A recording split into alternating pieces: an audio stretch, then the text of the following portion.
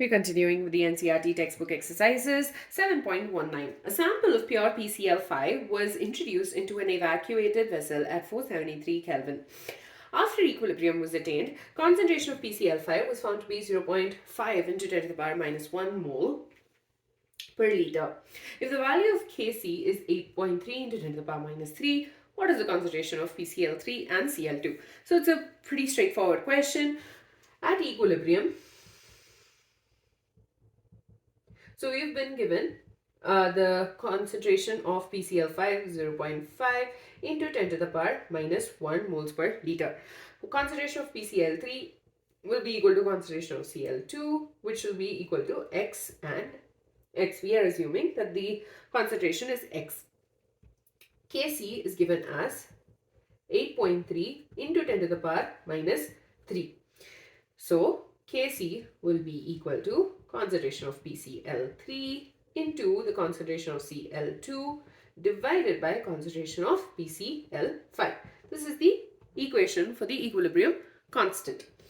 And then, so we're just going to substitute. So 8.3 into 10 to the power minus 3 is equal to x square divided by 0.5 into 10 to the power minus 1. Then,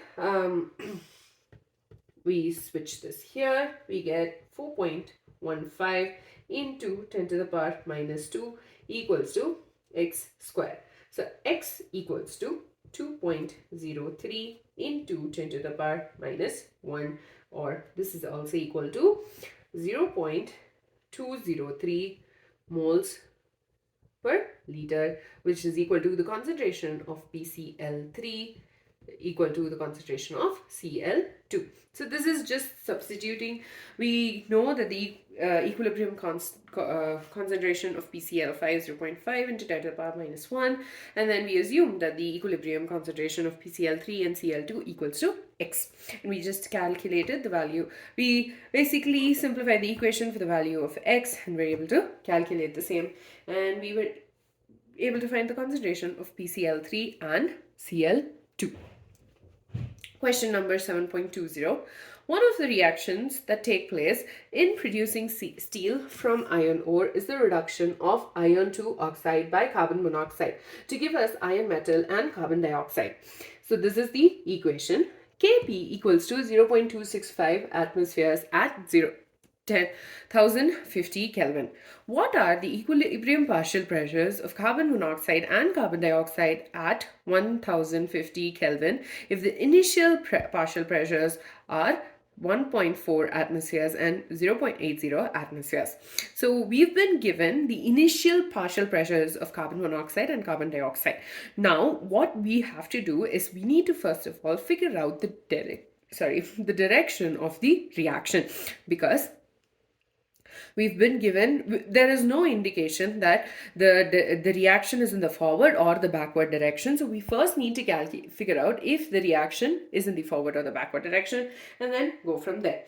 So we've been given the initial partial pressure, initial PCO equals to 1.4 atmospheres and PCO2 equals to 0.80 atmospheres, and Kc at a specific temperature 1050 Kelvin is 0.265 atmospheres. So this is what has been given to us. So we need to first figure out, we will be calculating the reaction quotient Qp for this particular reaction. So Qp will be equal to, and since we are only considering the partial pressure, we will not be considering iron oxide and iron itself because they are both solids. So the partial pressure of carbon dioxide divided by the partial pressure of carbon monoxide. So this will be equal to, so we are taking the initial pressure to figure out if the equilibrium is in the forward or the backward direction. So you get 0.80 divided by 1.4 atmosphere. Okay, so this is 0.571. So this is the value of Qp, this is the value of Kc. First of all, obviously they're not in equilibrium, the equation, and Qp is greater than Kc. So Qp is greater than Kp, I'm so sorry. Kp. So Qp is greater than Kp, which means the reaction is in the backward direction, which also means there will be a decrease in concentration of carbon dioxide, and there will be a decrease in partial pressure of carbon dioxide, and there will be an increase in the partial pressure of carbon monoxide. So at equilibrium, so when we consider this, so initially the partial pressure is 1.4 for carbon monoxide and 0.80 for carbon dioxide. At equilibrium, partial pressure of carbon dioxide, since the reaction is in the backward direction, it will be 0.80 minus P, because there is a decrease in the pressure of carbon dioxide. And partial pressure of carbon monoxide will be equal to 1.4 plus P, because there is an increase in the concentration of or increase in the partial pressure of carbon monoxide, because the direction is this side. Okay, so we just have to substitute it in the equation, and we'll be calculating the value of P. So Kp equals to, and we'll be considering PCO2 divided by PCO. So this is equal to 0.80 minus P divided by 1.4 plus P. So this, again, substituting 0.265 equals to 0.80 minus P divided by 1.4 plus P. So when we simplify this, we get 0.265 P plus P equals to 0.80 minus 0.371.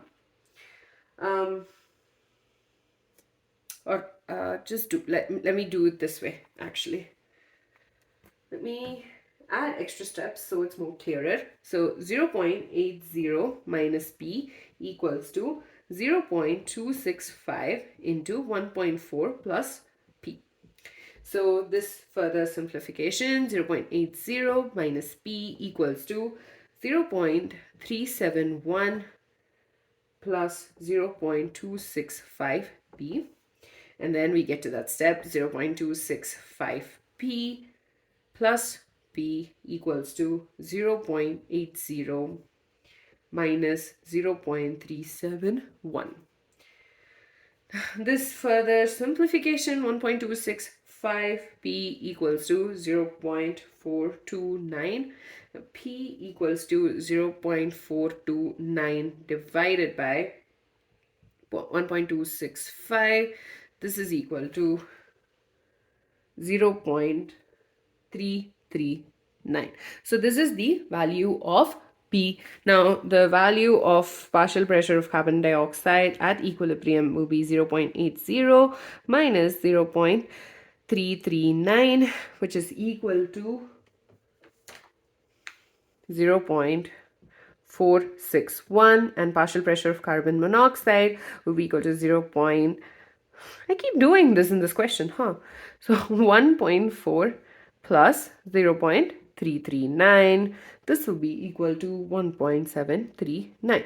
So basically we just calculated, first thing we calculated was the fact that if we tried to figure out if the reaction is proceeding in the forward or backward direction, because we needed to calculate, we needed to figure out if there was a decrease or increase in the partial pressure of carbon dioxide and carbon monoxide. Notice we were given both of them.